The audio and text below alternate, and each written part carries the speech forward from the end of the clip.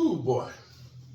Well, good evening, good people. Mark Holmes here, and as always, I want to say thank you all for watching, commenting, subscribing, and being part of the Joe Boo Sports Report. Without you guys, as well as you ladies, you know that this literally does not work. Hope everybody's had a great Thirsty Thursday.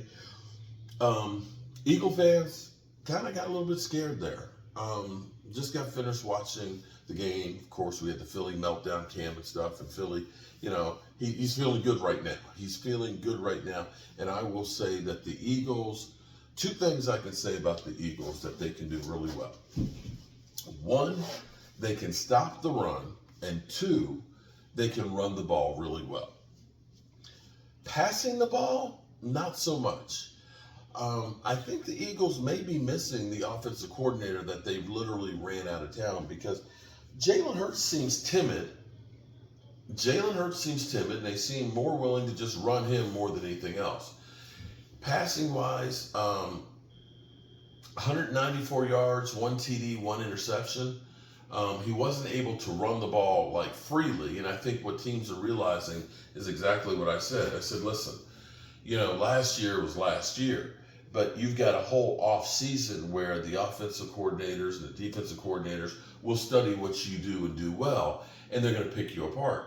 And I think what we're learning is teams are saying, keep Jalen Hurts in the pocket. Don't let him beat you with his legs. The Vikings, now let's be clear here about the Vikings. Now, this is crazy because you had Mac Jones last week, 3 TDs, 316 yards passing, 1 interception. Kirk Cousins this week, 364 yards, 4 TDs. 4 TDs. So, pass defense for the Eagles. I'm not going to say that Mac Jones and that offense is a great offense. Kirk Cousins was the whole offense tonight. They couldn't run the ball. I still don't understand why they got rid of Dalvin Cook, because I don't think they got 40 yards running the football. Everything was Kirk Cousins. And the thing that's crazy is, the talking heads are going to say, oh, the Eagles, they weren't playing their best ball. It was Thursday night, a short week and things. But they ended up doing enough to win. Well, had Justin Jefferson not fumbled it on the 1 yard line and it goes out of bounds over the pylon, they get a touchdown before the half. They come out and get the ball.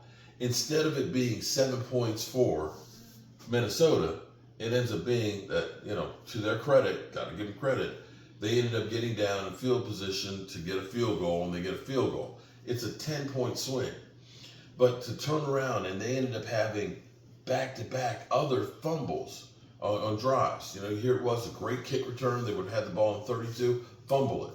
So the turnovers, and believe me, turnovers are difference makers. I have to give the Eagles credit for getting the turnovers, the takeaways.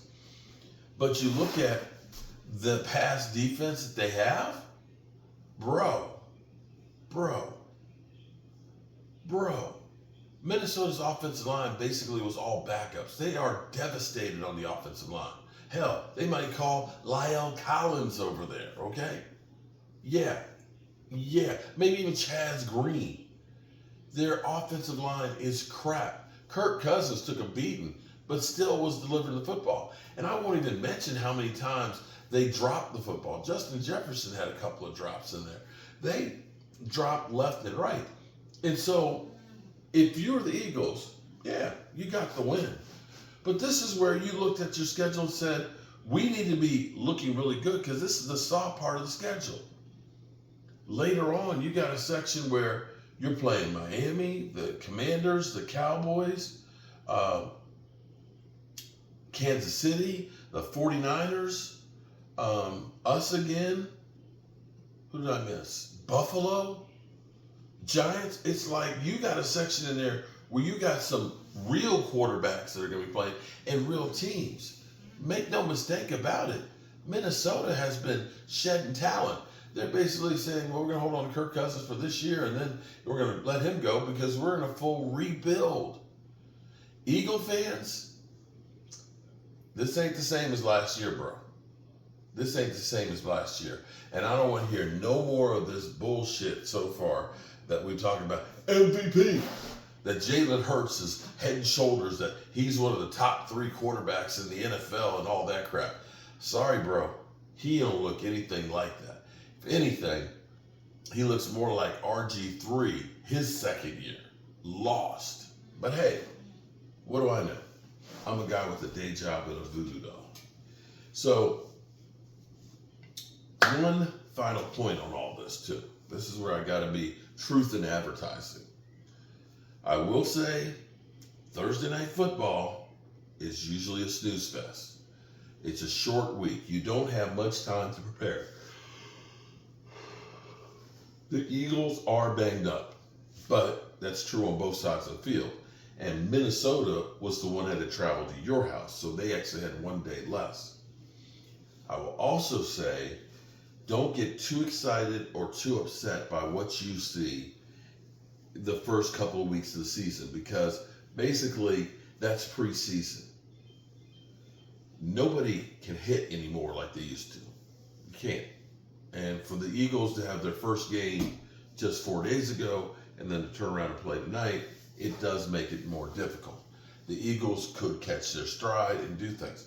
But I will say that the best offensive line in football from last year looked far from being the best offensive line. They looked like an average offensive line. They were getting pushed back. They were making some bad plays. Hurts was not unmolested and could not run. So if you are teams out there like the Cowboys and the 49ers and even some of the lesser teams out there, the Eagles ain't invincible. They're not invincible. There is no way in the world that Eagle fans and the media tomorrow should be on the bandwagon of talking about how great the Eagles are. They're just not. But again, they have a chance to. Swift looked great. Swift could run the ball, but then again, how good is Minnesota? Time will tell. So, one note for our Cowboys, I have not seen it anywhere. I have not seen it anywhere. But some people were saying that Zach Martin has a groin issue, but it's been deemed minor. So there's that. Final note. People have been asking about Rashid. Rashid is about to be transferred to a different hospital for a week for therapy. The good news was he had the other surgery yesterday. Or was it the day before yesterday? I lose track of days when I'm down here. Actually, I think it was the day before yesterday. It was the day, yeah, because today is, yeah, it was the day before yesterday. And the surgeries, the 3 of them have gone extremely well. So this is basically, he's going to a rehab facility, which is kind of like a hospital rehab facility, because he still has like antibiotics that he has to take, and IV antibiotics in the wound to making sure it's closed up and healing, and there's no infection and stuff. But from there, for about a month, he'll be going to a rehab facility where he'll be doing physical therapy and things and getting the prosthetic leg and things together. So he's excited. He's happy. And I'm tired. I am real tired. But any day that I'm around and above the dirt is always a good day for me. So I'm happy about that. And with that being said, I want to remind you guys that life is precious and life is short. And you never know how much time you have. So make sure you tell the people you love how much you love them, because you might not get the chance again. And I love you guys. And hopefully tomorrow will be another day. Sleep tight. And congratulations, Eagles. You guys are the bomb diggity. Peace.